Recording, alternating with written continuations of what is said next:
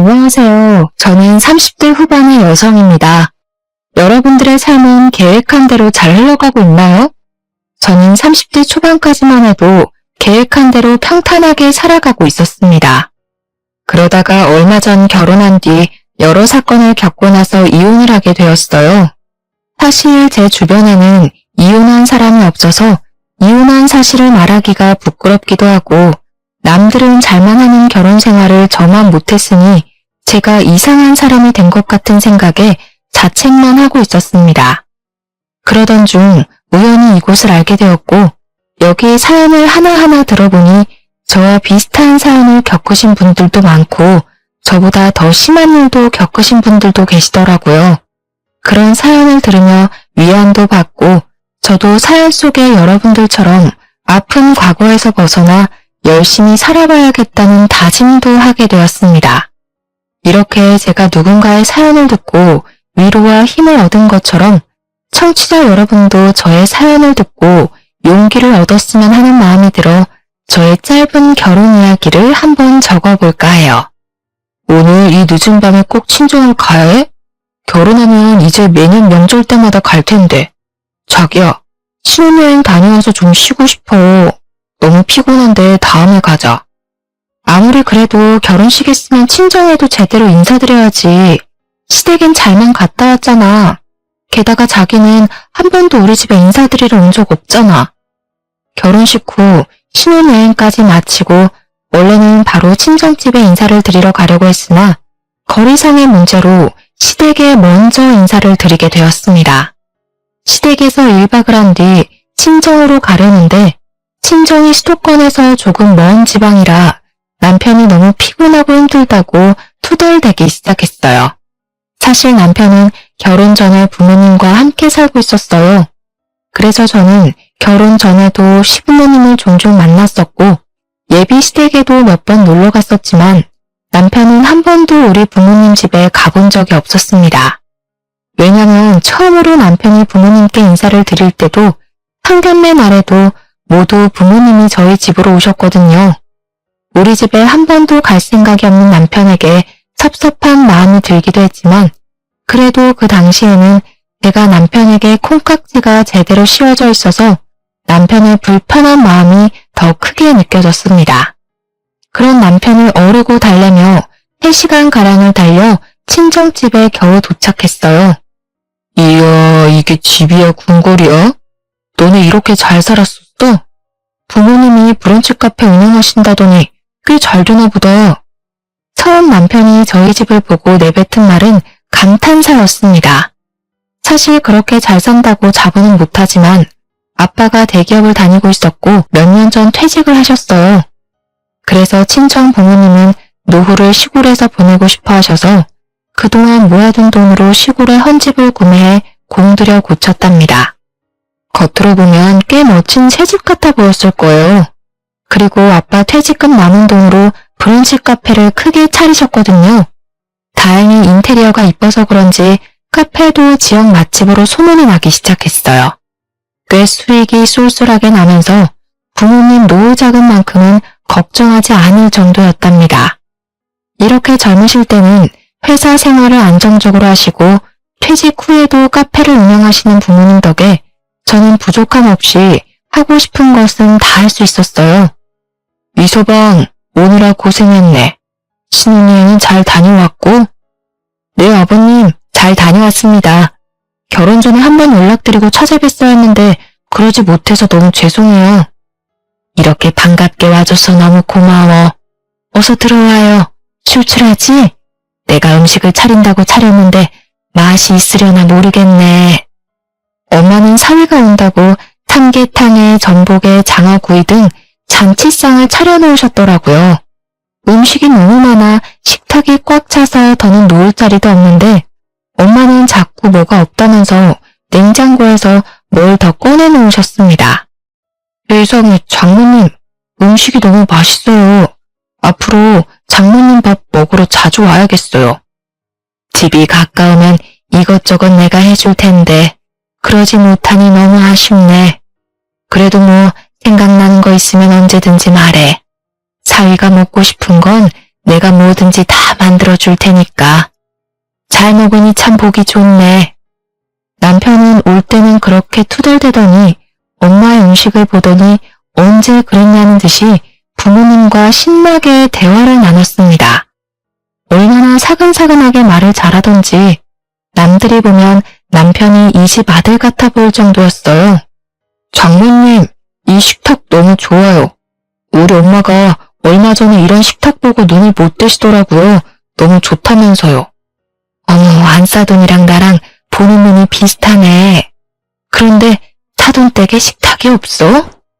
사실 식탁이 없어요. 원래 있었는데 좀 오래돼서 버리고 그냥 바닥에 앉아서 식사하세요. 그런데 요새 엄마가 허리가 너무 안 좋아지셔서 걱정이세요. 그러셨어? 허리 안 좋으시면 맨바닥에 오래 앉아있기 힘들 텐데. 어차피 우리 식탁 바꾸려고 했으니까 이참에 이 식탁 자네 집에 가서 사용하겠나? 에이, 그래도 여보, 어떻게 우리가 사용하던 식탁을 줘요? 그냥 하나 새로 사줘요. 이거 뭐 그렇게 비싼 것도 아닌데. 부모님은 식탁이 비싸지도 않으니 사주시겠다고 했지만 제가 알기로는 이 식탁이 나름 백화점에서 산 제품이라 200만 원 정도 했습니다. 남편은 부모님이 시댁에 식탁을 사주겠다는 말에 싱글벙글해서는 밥을 다 먹고는 자신이 직접 설거지를 하겠다고 하더라고요. 당연히 우리 부모님은 말렸지만 그래도 남편은 끝까지 설거지하겠다고 하며 싱크대 앞에 자리를 잡았고 부모님은 거실로 밀려날 수밖에 없었어요. 내가 해야 하는데 첫날부터 우리 사위 시켜 먹어서 어쩐담? 안 사더니 싫어하시지 않을까 몰라. 제가 맛있는 거 얻어먹었잖아요. 게다가 식기세척기가 있어서 아주 금세 끝났어요. 저희 엄마도 식기세척기 있으면 정말 편하게 설거지 하실 텐데. 집에 식기세척기 없어? 안 사돈 힘드시겠네. 우리 사돈댁에 식탁도 보내고 식기세척기도 보내야겠어. 헉, 정말요? 정말 감사합니다, 장모님. 사실 우리는 혜진이가 장녀라 혼수랑 예단을 많이 하려고 준비했는데 그냥 자기가 살던 집에서 신혼을 시작하겠다고 하지 않나. 사돈댁에서 예물 예단도 필요 없다고 하지 않나. 거기에 스몰 웨딩 한다고 하며 결혼식 비용도 제법 아꼈잖아. 그래서 뭐 하나 더 선물해드리려고 했거든. 그래서 뭘 살까 고민하고 있었는데 자네가 이렇게 말해줘서 오히려 우리 고민 하나 덜었네. 대신 우리 혜진이 시댁에서 일 적당히 할 수 있도록 중간 역할 잘해주게. 알겠나? 장인어른, 여부가 있겠습니까? 시댁 가면 손에 물도 묻히지 않게 하겠습니다. 우리 사위가 못하는 말이 없구만. 그럼 우리는 든든한 사위만 믿겠네. 그렇게 친정에서 처음으로 같이 잠을 자고 다음날 새벽부터 엄마는 시댁에 보내드리겠다며 각종 음식에 과일을 한가득 챙겨주셨어요. 얼마나 많은지 자동차 트렁크에 가득 싣고도 자리가 부족해서 뒷자리까지 음식이 가득했습니다. 남편은 올 때와는 다르게 아주 표정이 밝아 보였고 그런 남편을 보며 저는 다행이라는 생각을 했어요. 그렇게 제가 살던 집에서 첫 신혼생활을 시작했습니다. 신혼 2개월 정도 되었을 때였어요. 부모님이 건강검진을 하러 카페 문을 며칠 닫고 저희 집에 오시기로 했어요. 사실 부모님이 사시는 곳이 지방이라 제대로 된 대학병원이 없어서 1년에 한 번씩 제가 서울에서 건강검진을 시켜드렸었거든요. 당연히 제가 직접 부모님을 모시려고 했는데 남편이 이번에 사회노릇 좀 제대로 하고 싶다며 저 대신 부모님을 모시겠다고 그러더라고요. 저는 그런 남편에게 너무 고마워서 퇴근길에 남편이 좋아하는 회랑 매운탕을 포장해서 집에 왔답니다. 부모님도 제가 아닌 사위가 직접 데려오니까 웃음꽃이 피셨더라고요. 그런데 집에 웬 명품 정장이 한 벌 있었어요. 그런데 이 정장은 뭐야? 아빠가 입고 오셨어? 내가 이서방 한 벌 사주었다. 조금 있으면 사돈 처녀 시집 간다면서 사위가 그때 입고 갈 정장이 없다고 하더라. 오늘 너무 고마워서 내가 한 벌 사줬어. 그리고 너는 결혼을 했으면 이서방 밥 잘 챙겨줘야지. 이서방 살 빠진 거 봐라. 내가 볼 때마다 안쓰러워 보여서 점심때 소고기 사줬다. 부모님은 남편에게 고맙다며 점심에는 소고기를 사주고 오후에는 고급 브랜드 정장까지 한 벌 맞춰주셨습니다. 물론 저도 남편에게 정말 고마웠지만 사실 얼마 전에 식탁에 식기세척기도 사줬는데 정장까지 한 벌 해줬다는 말을 듣고 너무 과하다는 생각이 들었어요. 그래도 남편이 친정 부모님과 잘 지내는 모습을 보니 사이가 나쁜 것보다 좋은 게 낫겠지 싶어 속으로만 삼켰답니다.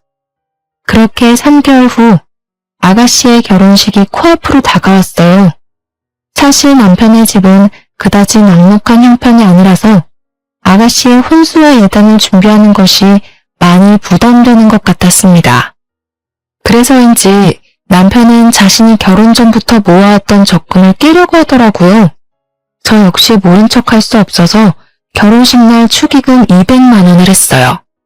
친정 부모님도 아가씨에게 축의금 100만 원을 전달했습니다. 원래는 결혼식에 참석도 하시려고 했는데 그날은 부모님이 일이 있으셔서 어쩔 수 없이 축의금만 제 편으로 보냈어요. 그렇게 결혼식이 무사히 끝나고 다음 날이었습니다. 남편과 제가 집에서 쉬고 있는데 시어머니한테서 전화가 왔습니다. 잘 지내고 있니? 결혼식 와서 고생 많았지? 준이 결혼한다고 축의금 200만 원 준 것은 고맙게 생각한다. 그런데 너네 부모님 말이다. 축의금 100만 원이 뭐니 100만 원이? 심지어 결혼식에 오시지도 않고 말이야. 부모님이 그날은 일이 있으셔서 어쩔 수 없었어요. 그런데 축의금 100만 원이 부족하다는 말씀이세요? 그래. 솔직히 너네 집 잘 살잖아. 그런데 이 액수는 좀 실망스럽구나. 원래 가족끼리는 200만 원씩 줘야 하는 거다. 사돈이 좀 많이 아낀 거 맞지? 요즘 장사가 잘 안 된다니? 그런 건 아니에요. 저희 집안에선 가족끼리 100만 원이면 많은 편이거든요. 다음부터 참고할게요, 어머님. 다음이 어딨니? 우리 딸 결혼하면 우리 집안에 결혼식이 또 어딨다고 그러니? 게다가 내가 결혼한다고 너희 집에 예물이나 예단을 바란 것도 아니었는데 금액을 보니 조금 실망스럽구나. 솔직히 결혼식 때 한 번 본 사돈처녀 결혼식에 100만 원이면 꽤 큰 금액 아닌가요? 저랑 부모님이 합쳐서 300만 원이나 축의금을 냈는데 그 금액이 작다고 대놓고 말씀하시는데 기분이 많이 상하더라고요. 결국 저는 결혼하고 처음으로 시어머니 말에 대들었죠. 어머님, 그래서 예물이나 예단 안 바른다고 하셔서 저희가 어머님 집에 식탁이랑 식기세척기도 따로 보내드렸거든요. 감사하다는 의미로 보내드린 건데 기억 못 하시는 건 아니죠? 어머, 얘 좀 봐. 그건 그거고 이건 이거지. 이제 보니 너가 부모님 닮아서 돈을 아끼나 보다. 결혼 전에도 반반 결혼식이니 뭐니 하더니만. 이럴 줄 알았으면 우리 아들 너희 집안이랑 결혼 안 시켰다. 네? 어머님, 좀 생각하고 말씀하세요. 어머님이 결혼시키고 안 시키고가 중요한 게 아니에요. 솔직히 남편이 집을 해왔나요? 아니잖아요. 남자가 집을 안 해왔는데 그럼 여자가 집도 해오고 홀수도 다 해와야 하나요? 너 따박따박 말대꾸 하는 거 보니까 우리 아들이 아주 잡혀 살겠구나. 너 설마 준호가 집 못 해왔다고 맨날 구박하고 그러니? 너네 부모님까지 눈치 주고 그러냔 말이야. 그래, 저번에도 말이야. 준호가 연차까지 쓰고 너네 부모님 병원 모시고 갔다던데 너네 부모님도 우리 준호 개무시하는 게 틀림없어. 100년 손님인 사위를 막 부려먹는 처가가 어딨니? 그건 어머님이 착각하신 거예요. 저는 남편한테 그러라고 부탁한 적도 없고 저희 부모님도 원래 제가 모시라고 했어요. 그런데 남편이 사위 노릇 제대로 해주고 싶어서 먼저 나서서 그런 거고요. 어머님 입장에서 귀한 아들이니 그렇게 고깝게 들리셨겠지만 저희 부모님도 귀한 사위 대접 제대로 해주고 있으니까 비꼬아서 듣지 않으셨으면 해요. 목소리가 점점 커지자 남편이 제 전화를 뺏어들더니 자기가 엄마랑 직접 통화하겠다며 방으로 들어가 버렸습니다. 10분 정도 기다리니 남편이 나왔습니다. 어머니랑 오해가 좀 있었던 것 같아. 통화는 잘했으니까 자기는 신경 안 써도 돼. 방 안에서 남편이 쩔쩔매는 목소리가 들렸지만 모른 척했습니다. 어련히 잘 통화했겠지 싶어서 그냥 알겠다고만 했네요. 그리고 명절이 다가왔어요. 시댁에서 처음 맞는 명절이라 이쁜 한복을 차려입고 갔습니다. 하지만 시댁 분위기는 차가웠어요. 이미 음식도 준비가 다 되어 있었고 시모는 제게 거들라고 말 한마디 하지 않더라고요. 저를 본체만 채 했습니다. 그래서 저도 굳이 잘 보이려고 노력하지 않았어요. 솔직히 제가 잘못한 건 없으니까요. 남편이 중간에서 눈치를 보는 게 느껴졌지만 그렇다고 직접 나서서 분위기를 화해시키려는 노력 따위는 하지 않았습니다. 분명 시댁에서 중간 역할을 잘하겠다고 떵떵거려놓고 실상은 시모 앞에서 한마디도 못하는 바보였습니다. 그러다 하루는 제 여동생의 결혼식 날이 다가오고 있었습니다.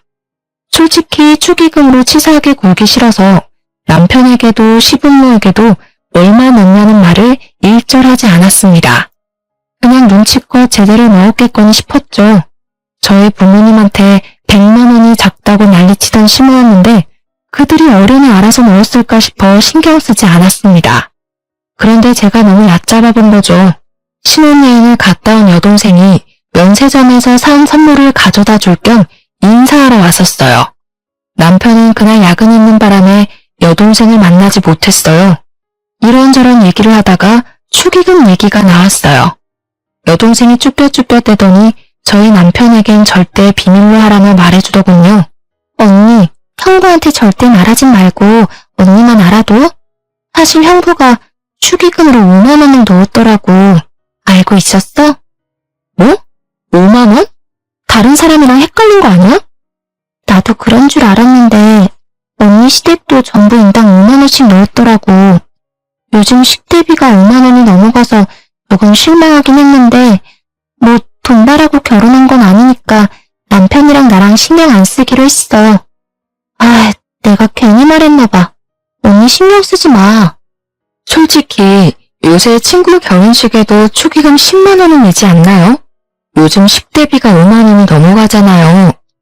돈의 액수보다는 사랑 성의가 더 중요하다지만 그래도 내 남편과 내 시댁이 그랬다는 게 너무 서운하고 자존심이 상했습니다. 게다가 얼마 전 축의금 300만 원으로도 작다고 난리친 그 시댁이 맞나 싶었어요. 여동생의 말을 도저히 믿지 못해서 10시에 야근을 마치고 남편에게 물었습니다. 당신 현지 결혼식 날 축의금 얼마 했어? 설마 5만 원 넣은 건 아니지? 여보, 나 너무 피곤하다. 밤늦게 일하고 온 사람한테 왜 바가지를 긁으실까? 지금 좀 씻고 싶은데 비켜줄래? 피하려고 하지 마. 사실대로 말하면 비켜줄게. 진짜 5만 원 넣은 거 맞아? 아이 참. 그래, 5만 원 넣었다 왜? 처제가 너무 작다고 그러지? 처제도 그렇게 안 봤는데 사람을 돈으로 보나 봐? 정성이 중요한 거지. 결혼식 날 내가 안 간 것도 아니고 직접 가서 축하해줬으면 됐지. 인생은 돈이 전부가 아니야. 미쳤어? 진짜로 5만 원을 넣었다고? 그럼 어머님도 아버님도 다 5만 원 넣었다는 게 진짜란 거네? 와, 당신 그거 내로남불이야, 알아? 저번에 우리 부모님이 축의금 100만 원 넣고 어머님한테 욕먹은 거 다 알면서도 그런 짓을 해? 당신은 친정이 만만하니? 뭘 만만하다고 그러냐? 너네 집은 잘 살고 우리 집은 돈도 없어서 아직 빌려 사는데 잘 사는 집안이 베푸는 게 맞지. 어차피 처제도 시집 잘 가서 유명한 호텔에서 결혼식 하더만. 우리 집이 축의금 얼마나 하는 게 뭐가 중요한가? 시집 장가 가서 잘 사는 게 중요하지. 참 저도 시댁 사연을 즐겨 듣는데 제가 직접 당할 줄은 몰랐네요. 요즘 축의금 같은 건 준 만큼 돌려받지 않나요? 남편의 당당함에 할 말을 잃을 정도였어요. 친정과 시댁의 경제적 차이를 이유로 축의금도 딱 식대비만큼만 냈다는 게 여러분들은 이해가 가시나요?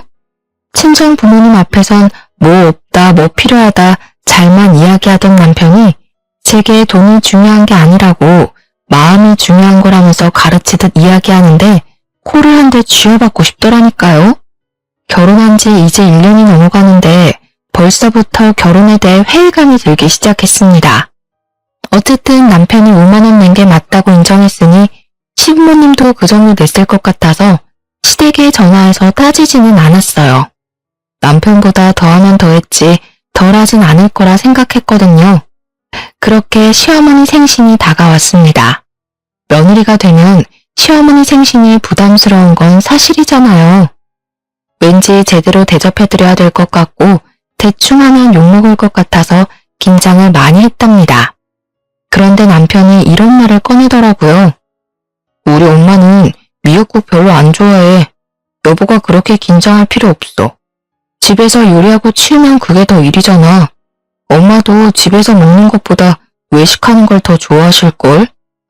그래도 며느리 데리고 첫 생신인데 아무것도 안 하면 또 뭐라 하실 것 같은데 괜찮을까? 내 말대로 해. 내가 엄마랑 같이 산 지가 몇 년인데 내가 매년 엄마 생신 때 미역국 해주려고 해도 엄마는 외식 한번 해주는 게 더 낫다고 그러셨어. 여보도 괜히 힘들게 집에서 요리하지 말고 그냥 소고기 사드리게 음식점만 미리 예약하자. 남편의 말을 듣고 유명한 소고기집을 예약했답니다. 그렇게 생일 당일 남편과 저는 시부모님을 모시고 음식점으로 향했어요. 그런데 예상치 못한 말을 듣고 말았습니다.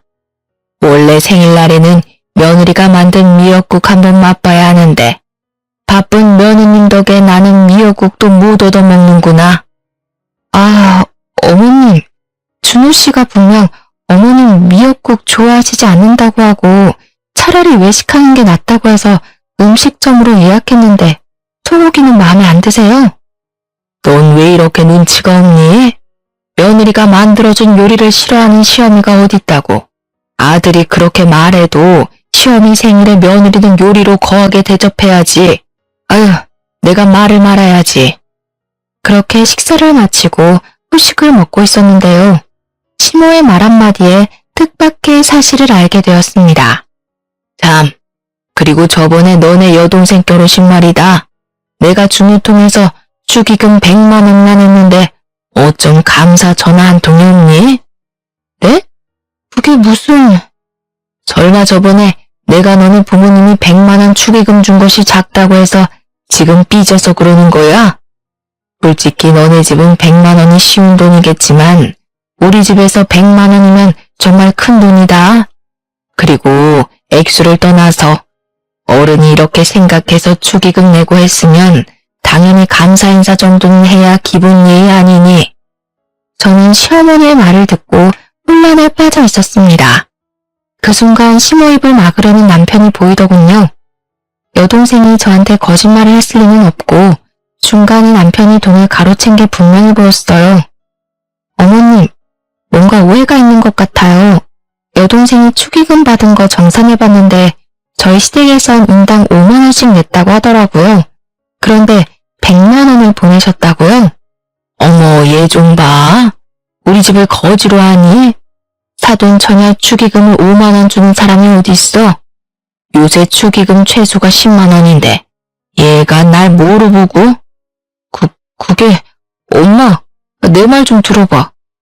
얘가 왜 이렇게 들러붙어? 넌 내가 준 100만 원 어쨌길래 받은 사람은 5만 원밖에 못 받았다니? 설마 너가 중간에 가로챈 거야? 저와 시모가 동시에 남편을 째려보자 남편이 시모 귀에다 속닥속닥 뭐라고 말을 하더군요. 그런데 저는 귀가 좋아서 톡톡히 다 들었어요. 엄마, 사실은 그 안마의자 있잖아. 그 돈이야. 그거 아직 와이프한테 말 안 했단 말이야. 엄마는 그걸 왜 지금 말해서 사람 곤란하게 만들어. 뭐? 안마의자요? 어머님, 제 남편이 안마의자를 사드렸어요. 아, 뭘 그렇게 따져대. 그냥 그러려니 하고 좀 살아. 어떻게 그렇게 살아? 어머니가 100만 원이나 주셨는데 너가 그걸 가로챘다는 게 말이 되는 소리야? 그리고 그 돈으로 안마의자를 샀다고? 안마의자 최소 200만 원은 넘어가. 네가 무슨 돈이 있어서 그 비싼 걸 샀냐고. 아들아, 네가 직접 말해봐라. 분명 네가 용돈 모아서 샀다고 그랬잖니. 근데 그 돈이 우리가 준 사돈 처녀 축의금이라고? 며느리 말이 맞니? 대화가 예상치 못한 분위기로 흐르자 눈치를 보던 시모가 헛기침을 하더니 시부를 데리고 시댁에 빠른 걸음으로 가더라고요. 집에 가자마자 남편한테 하나하나 물었어요. 그래, 사실 우리 엄마가 처제 결혼한다고 100만 원 주셨어. 그런데 조금 있으면 엄마 생신인데 이모, 고모, 삼촌, 엄마 친구들 다 있는 안마의자 우리 엄마만 없더라. 그래서 처제한테는 나중에 집들이 할 때 좋은 선물 주고 지금은 일단 그 축의금에 내 용돈 조금 보태서 엄마 안마의자 먼저 사드린 거야. 이게 그렇게 잘못된 거야? 우리 엄마한테 돈 100만 원 못 받아서 그렇게 아쉬워? 너네 집 잘 살잖아. 겨우 100만 원 가지고 뭐 그리 난리야. 벼룩에 간을 빼먹어도 유분수지. 솔직히 지금 남편이 미안하다고 싹싹 빌어도 부족할 판국에 오히려 큰 소리니 저는 그저 어이가 없었습니다. 시어머니께 안마의자를 사드리고 싶었다면 자기가 용돈을 모아서 하든지 아니면 부부인 저에게 말을 하고 같이 의논해서 사야 하는 것 아닌가요? 남편은 그래놓고 뭘 잘했다고 이렇게 당당한지 저는 당최 이해가 가지 않았습니다. 결국 남편과 저는 대판 싸우고 저는 큰 방에서 남편은 거실에서 잠을 잤어요. 밤새 남편의 독단적인 행동이 너무 괘씸해서 잠이 안 오더라고요. 말로만 듣던 내로남불 남편이 이런 건가 싶기도 했어요. 도통 제 말이 통하질 않더라고요. 그런데 자기도 잘못한 건 알았는지 다음날 남편이 아침 일찍 안방에 들어와 먼저 사과를 했습니다. 결국 다시는 독단적으로 돈을 쓰지 않겠다는 남편의 약속까지 받고 겨우 풀렸죠. 하지만 사람은 고쳐 쓰는 게 아니라고 했던가요? 연말이 되어서 또 한 번 남편은 저를 배신했습니다. 공교롭게도 연말 휴가가 겹쳐서 남편과 저에게 일주일이란 귀한 휴일이 생겼는데요. 결혼한 지 2년도 다 되어 가는데 여행 한번 제대로 못 간 것 같다는 남편의 말에 여행을 계획하고 있었죠. 마음 같아선 동남아 한번 가보고 싶었는데 남편이 너무 피곤하다며 제주도를 고집하더라고요. 제주도를 일주일씩이나 가서 볼 게 있나 싶었는데 남편의 말에 설득당하고 말았습니다. 제주도에 펜션 잡아서 일주일 놀자. 휴식을 즐기는 거지. 어때? 생각만 해도 기대되지? 요즘 나이 먹어서 그런가 힘들게 돌아다니는 여행은 휴식이 아니라 일처럼 느껴진다니까. 여보도 잘 생각해봐. 휴일을 휴일답게 즐겨야지. 스트레스도 풀리는 거야. 사실 저는 내키지 않았지만 남편이 너무 바라니 어쩔 수 없이 제주도 여행을 계획했습니다. 저보다는 남편이 더 기대하는 여행이었어요. 그래서 비행기 티켓부터 묵을 숙소까지 남편에게 알아서 예약해달라고 부탁했는데요. 여행 당일에 캐리어를 끌고 나가려는데 남편이 마침 시댁에 일이 생겼다며 저보고 먼저 택시 타고 공항에 가 있으라는 거예요. 여보, 엄마가 갑자기 배가 찢어질 듯이 아파서 응급실에 가야 될 것 같다네? 비행기 타기까지 4시간 남았는데 그 전까지 꼭 도착할 테니까 먼저 가 있어봐. 내가 공항 도착하면 전화할게. 어쩔 수 없이 저 혼자 택시를 타고 공항으로 갔는데 비행기 시간 1시간 전까지 남편이 오지 않았어요. 저는 비행기를 놓칠까 걱정돼서 남편에게 전화하려던 차 저 멀리서 남편이 보였습니다. 그런데 혼자가 아니었어요. 다들 예상하셨죠? 네, 시부모님까지 주렁주렁 달고 온 남편이었습니다. 분명 배 아파 응급실 간다던 시모는 두 발로 여행용 가방까지 끌고 다니더라고요. 본능적으로 또 남편이 뒤통수를 쳤다는 걸 알았답니다. 황당해하는 제 얼굴에다 대고 남편이 뭐라고 하는지 아세요? 내가 제주도 간다니까 부모님이 신혼여행 이후로 한 번도 못 가봤다고 하시더라고. 생각해보니까 부모님 결혼기념일도 얼마 안 남고 해서 내가 같이 가려고. 그래도 되지? 대아가 우리를 이렇게까지 생각해주고 너무 고맙구나. 네 덕에 몇십 년 만에 제주도 여행을 다시 가보는구나. 알고 보니 남편은 시부모와 같이 가자고 하면 제가 싫다고 할까봐 저 몰래 가족들의 비행기 티켓이며 숙박업소까지 다 예약을 해놨더라고요. 남편의 모든 꿍꿍이를 알아버린 저는 화가 머리끝까지 났지만 시부모님이 너무 고맙다는 표정으로 저를 바라보고 있었고 공항에 사람들도 많이 있어서 큰 소리로 화를 낼 수가 없었습니다. 그렇게 도착한 제주도는 한 상의 섬이 아닌 한 장의 섬이었어요. 시모는 뭐가 그리 불평불만이 많은지 기껏 평이 좋은 음식점을 찾아갔건만 음식이 정말 맛없다고 툴툴대는데 직원들 보기가 다 민망했습니다. 또한 원래 저의 계획은 느지막하게 일어나 카페에서 간단히 브런치를 먹으려고 했으나 시간에 맞춰서 무조건 한식을 드셔야 하는 시부모님 덕에 아침 6시부터 강제로 기상을 해야만 했어요. 몇 날 며칠을 기대하며 계획을 세웠는데 모든 것이 다 틀어지자 저는 기분이 상해 여행 내내 표정이 어두웠고 그런 모습을 가만히 지켜보던 시모는 여행 마지막 날에 제게 한 소리를 하셨습니다. 너한테 이런 소리까지는 하지 않으려고 했는데 우리랑 여행 와서 그렇게 싫니? 공항에서부터 표정이 썩어서는 아무리 그래도 너 그런 식으로 행동하면 못 써. 너 회사에서도 그러니? 회사에서 그러면 너네 부모도 욕먹이는 일이다. 당장 표정 안 풀어? 시어머니는 오히려 아주 당당하게 저의 표정을 지적했고 저는 여기서 더 말을 하면 큰 싸움만 될 것 같아 그냥 입을 닫아버렸습니다. 분명 휴양을 즐기러 제주도를 갔지만 오히려 제주도에서 스트레스만 잔뜩 쌓이고 말았죠. 게다가 더 어이없었던 것이 뭔지 아세요? 여행이 마치고 나서 부부의 생활비 통장을 정리했는데 제 생각보다 금액이 많이 비어있더라고요. 저는 이상해서 남편에게 물어봤습니다.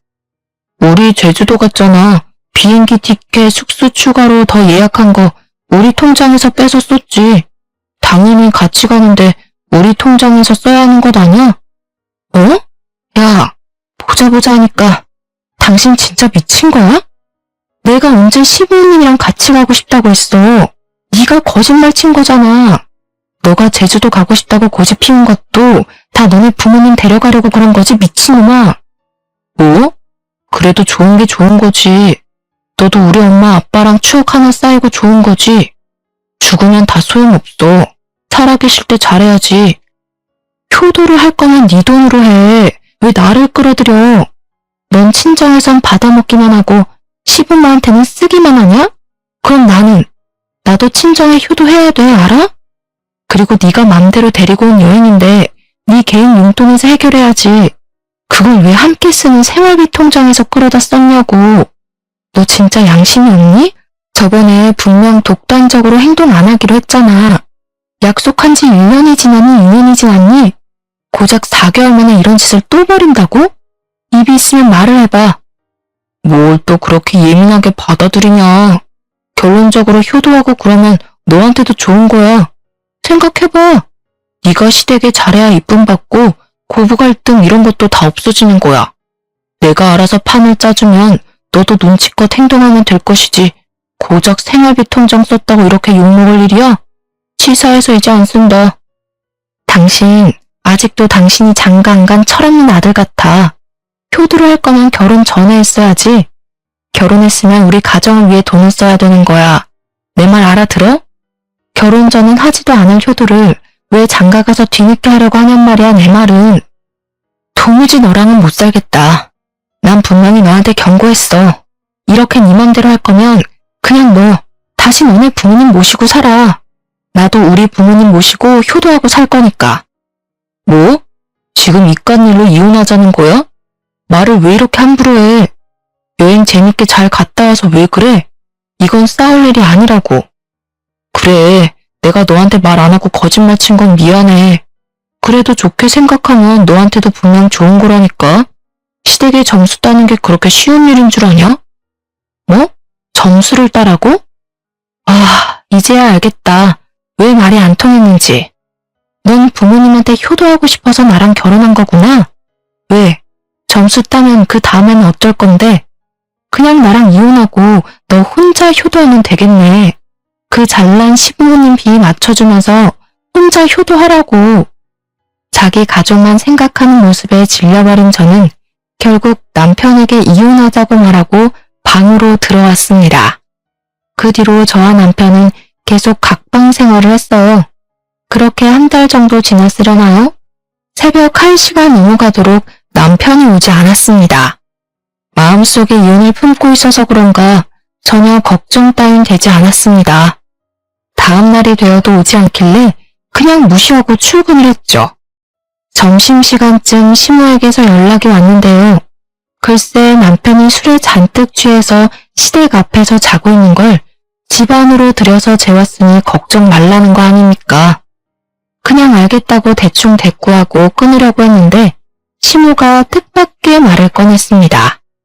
사실 준우가 권고사직을 당했다는구나. 너한테도 말을 못할 정도로 애가 충격이 큰가 봐. 네가 잘 추슬려줬으면 하는구나. 그래도 너가 돈을 벌고 있으니까 얼마나 다행이니? 너무 아들한테 스트레스는 주지 말았으면 하는구나. 그리고 너네 결혼한 지 2년이 넘어가는데 왜 아이 소식이 없니? 아이는 부부 사이의 축복이란다. 기르다 보면 부부 금술도 더 좋아지고 애 키우는 재미로 살다 보면 10년 훌쩍이다. 그러니 안 되더라도 좀 더 노력했으면 하는구나. 이혼을 하겠다는 말이 목 끝까지 차올랐지만 차마 말하진 못했어요. 들어보니 남편은 회사가 어려워져 단체로 권고사직을 당했다고 하더군요. 그런 백수 아들이 걱정되었던 시모는 2년 동안 꺼내지 않던 임신 얘기를 꺼내더라고요. 참 기가 차더라고요. 그 순간 시모 말을 듣고 정신을 바짝 차리게 되었어요. 지금 임신하면 내 인생 더 꼬이겠구나 하고 말이에요. 애 때문에 이혼 못한다는 말이 있듯이 저도 아이가 있었다면 감히 이혼 생각은 못했을지도 모르죠. 그런데 아직 다행인지 자연 임신은 되지 않았어요.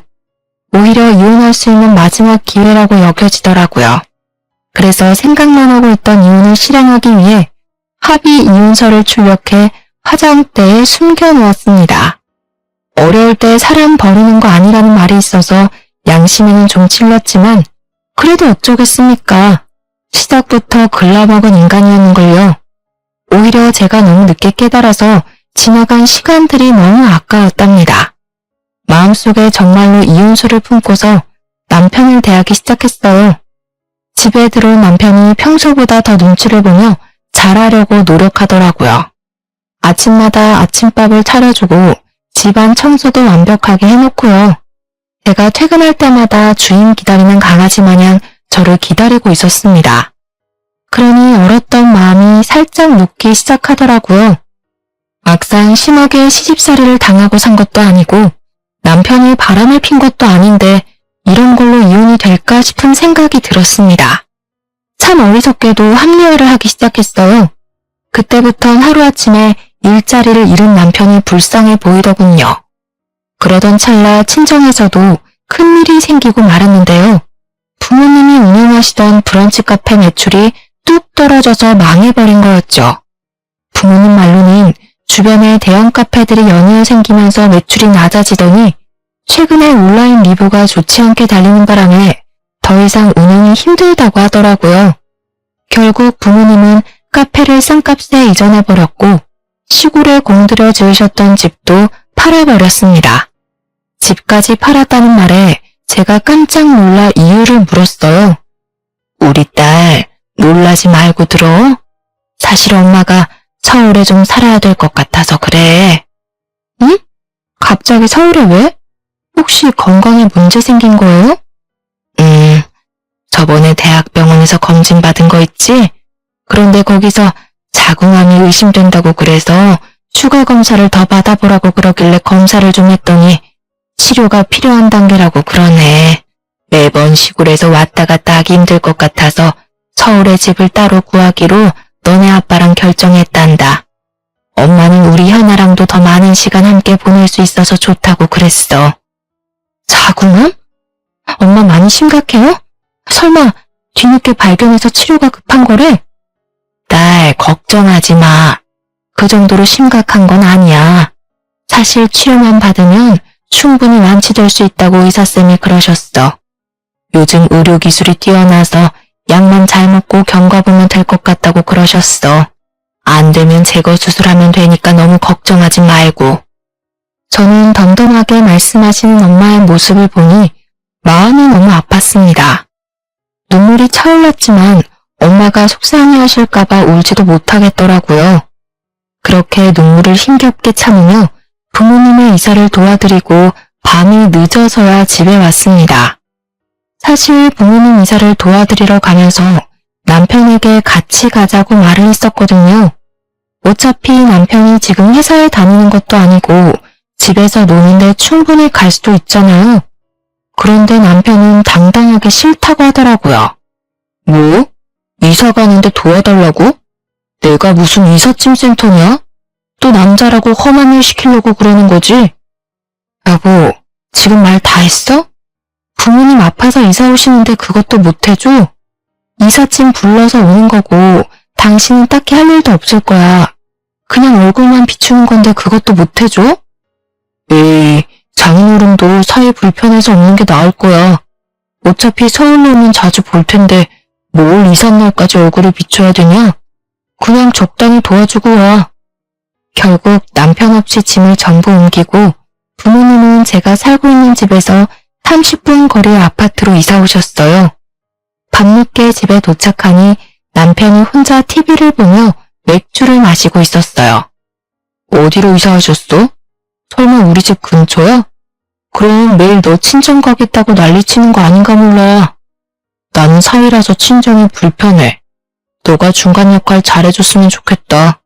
친정 가고 싶으면 혼자 가고. 어? 말을 왜 그딴 식으로 하냐? 됐어, 너 필요 없어. 너 친정에 절대 오지 마. 화가 치밀어 오른 저는 남편이 마시던 맥주를 그대로 남편 얼굴에 쏟아부었어요.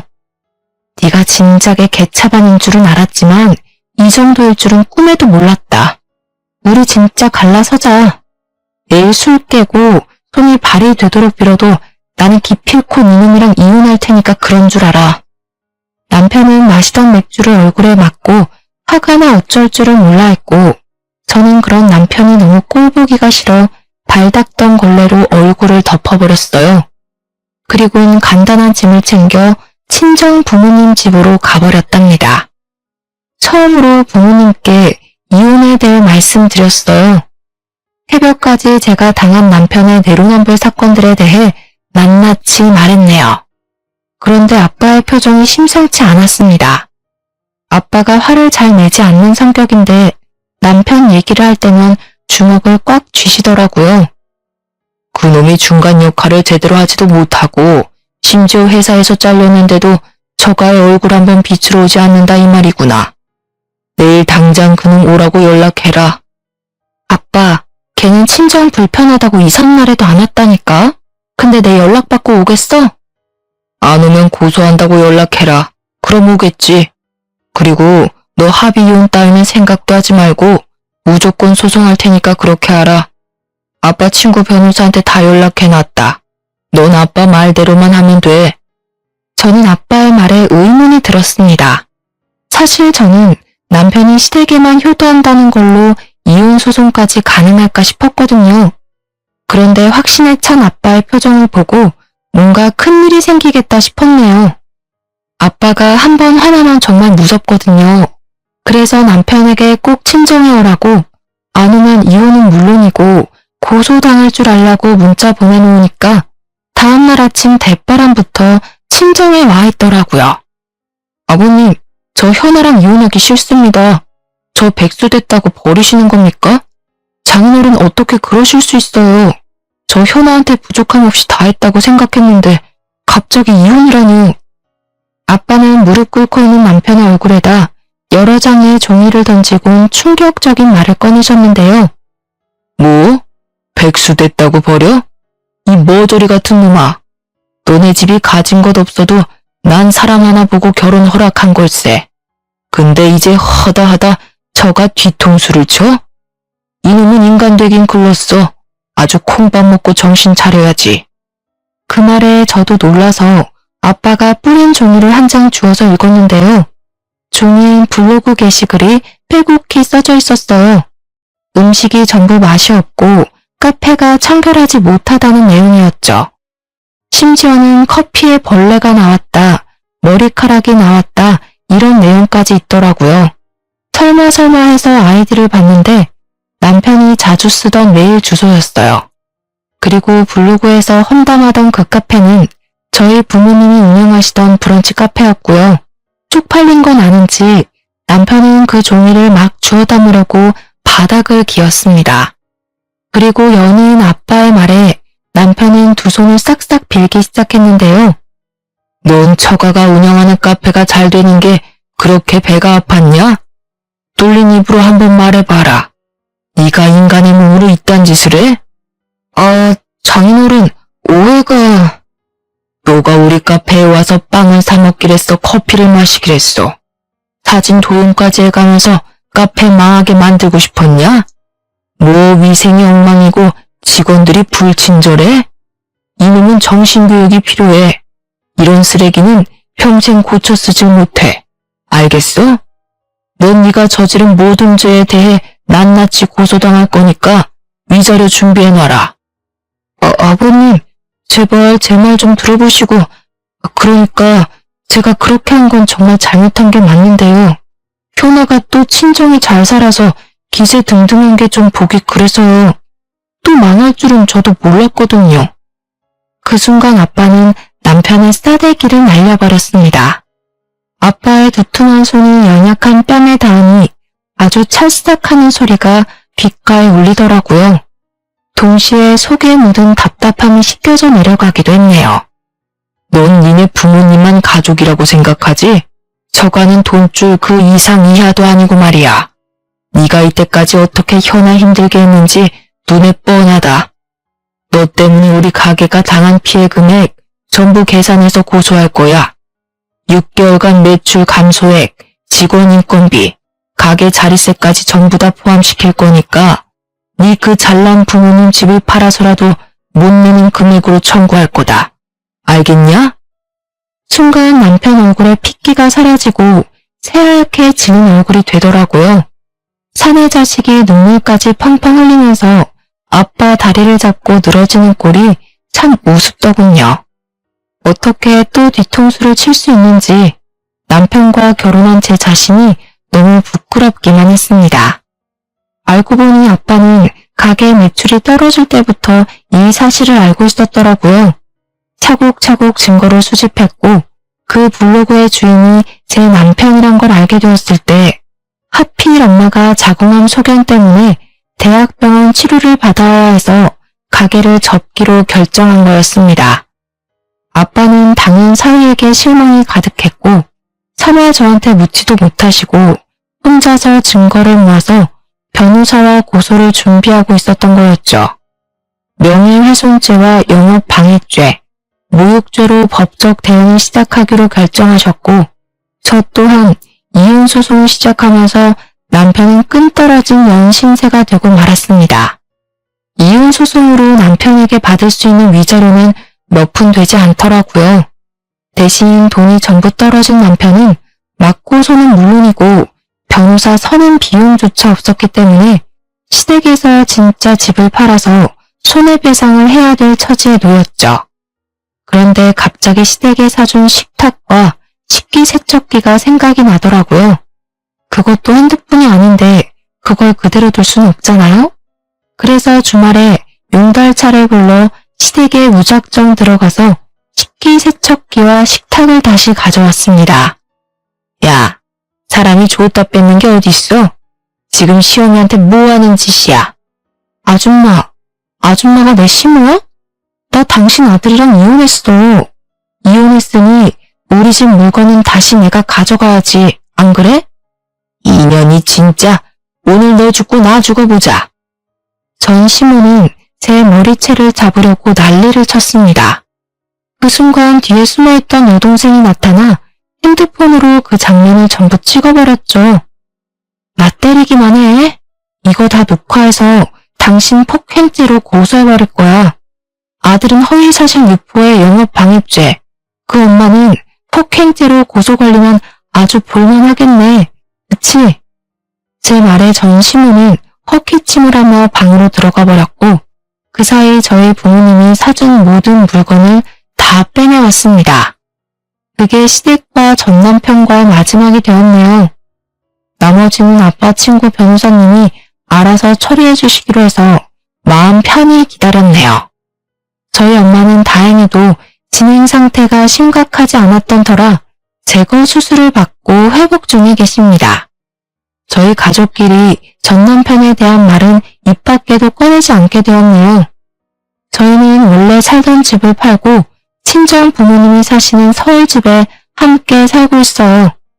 여전히 회사도 다니고 있고 달라진 건 이제 이혼녀가 되었다는 사실 하나예요. 전 남편이 워낙 분리수거도 못할 쓰레기라 이혼의 후회는 없어요. 오히려 이혼 안 했으면 제 미래가 더 끔찍했을 거고요. 그래서 제 과거는 오늘 사연으로 훌훌 털어버리고 앞으로 펼쳐질 제 인생에 집중하기로 했답니다. 지금까지 다사다난했던 저의 이야기 들어주셔서 감사합니다. 모두 행복하세요.